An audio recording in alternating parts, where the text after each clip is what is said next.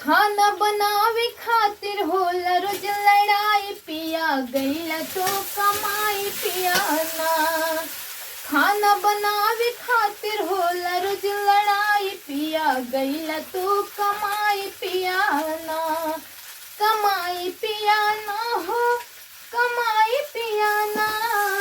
कमाई पिया ना हो कमाई पिया ना। हमसे चूल्हा पे खाना ना बन पाई पिया गैस दा भराई पिया ना।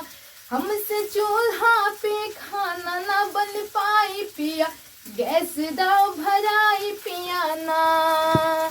खाना बनावे खातिर होला रोज लड़ाई पिया गईला तो कमाई पिया ना। खाना बनावे खातिर होला रोज लड़ाई पिया गईला तो कमाई पिया ना।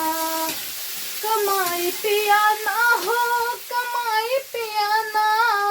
कमाई पिया ना हो कमाई पिया ना।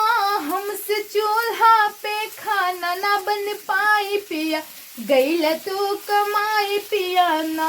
हमसे चूल्हा पे खाना ना बन पाई पिया गईला तो कमाई पिया ना। सासू भोरे भोरे उठे हमर झूठवा लागल खींचे। सासू भोरे भोरे उठे हमर झूठवा लागल खींचे। देवरा मरा के देला गारी आई पिया गईला तो कमाई पिया ना। देवरा हमरा के देला गारी आई पिया गईला तो कमाई पिया ना। कमाई पिया ना हो कमाई पिया ना। कमाई पिया ना हो कमाई पिया ना। हमसे चूल्हा पे खाना ना बन पाई पिया गैस दा भराई पिया ना। हमसे चूल्हा पे खाना ना बन पाई पिया गैस दा भराई पिया ना। खाना बनावे खातिर होला रोज लड़ाई पिया गईला तो कमाई पिया ना।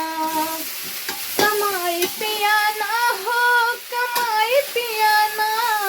कमाई पिया ना हो कमाई पिया ना। हमसे चूल्हा पे खाना ना बन पाई पिया गैस दा भराई पिया ना। हमसे चूल्हा पे खाना ना बन पाई पिया गैस दा भराई पिया ना। गोतिन बैठ के खाए खाना बनावे नाही जाए। गोतिन बैठ के खाए खाना बनावे नहीं जाए। नदी हम ही से कर खूब लड़ाई पिया गईला तो कमाई पिया ना। नदी हम ही से कर खूब लड़ाई पिया गईला तो कमाई पिया ना। खाना बनावे खातिर होला रोज लड़ाई पिया गईला तो कमाई पिया ना। कमाई पिया ना हो कमाई पिया ना। कमाई पिया ना हो कमाई पिया ना। हमसे चूल्हा पे खाना ना बन पाई पिया गैस दा भराई पिया ना। खाना बनावे खातिर होला रोज लड़ाई पिया गईला तू कमाई पिया ना।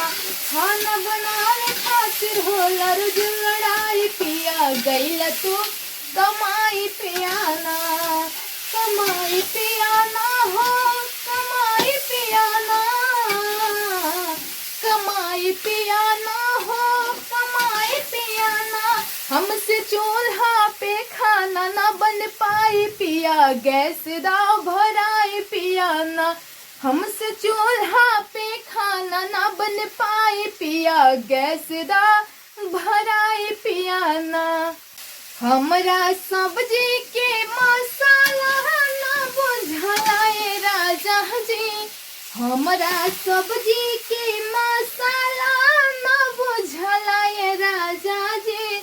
तोहरा मम्मी जी के बोलिया ना सोहलाए राजा जी।